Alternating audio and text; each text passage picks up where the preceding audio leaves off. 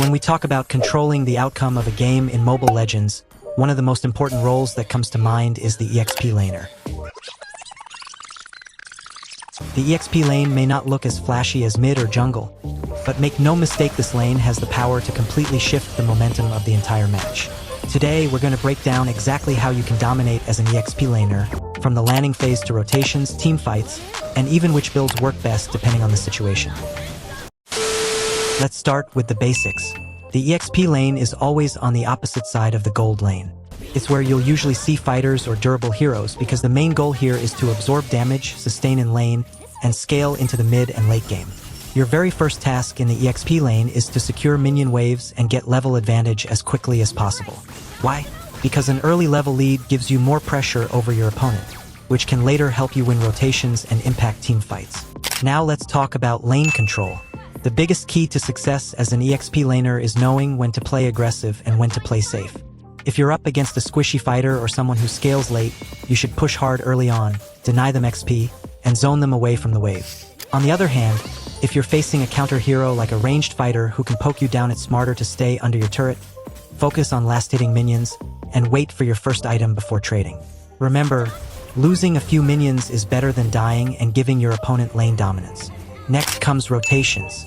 A lot of new players make the mistake of staying glued to their lane, but a pro EXP laner knows when to leave. The best time to rotate is after clearing your minion wave. If you see the turtle spawning on your side of the map, that's your cue to rotate and help secure it with your jungler.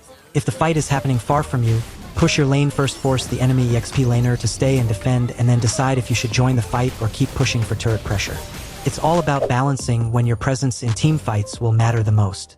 One of the biggest strengths of the EXP lane is map control. Since you're usually positioned near objectives like Turtle and Lord, you can either cut the wave to create pressure or teleport to join fights quickly. But this also comes with a weakness. If you misrotate or overextend, your team will be fighting 4v5 without you. That's why awareness is everything. Keep an eye on the minimap, track enemy jungle movements, and communicate with your team about when you're rotating. So, what are the weaknesses of the EXP lane? Number 1, it can be easily punished by ganks. Since you're usually isolated and playing tanky heroes, the enemy jungler and roamer will try to collapse on you early. Always position near your turret if you don't have vision of the enemy. Second, EXP laners can fall off if they build the wrong items.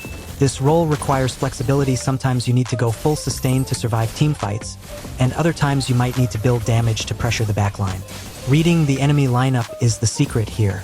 Speaking of builds, let's break that down.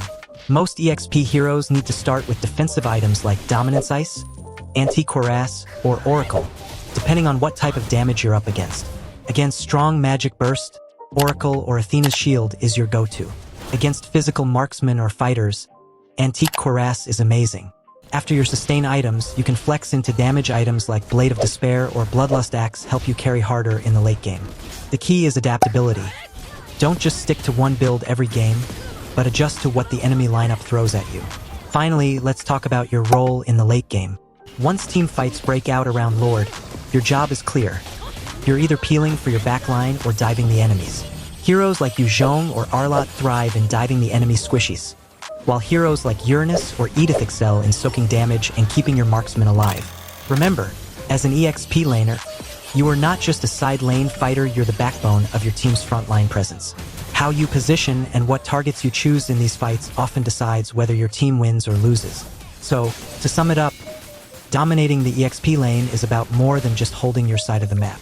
It's about securing early levels, making smart rotations, building the right items, and knowing your role in late-game team fights. If you can master these fundamentals, you'll not only hold your lane but also control the entire pace of the match.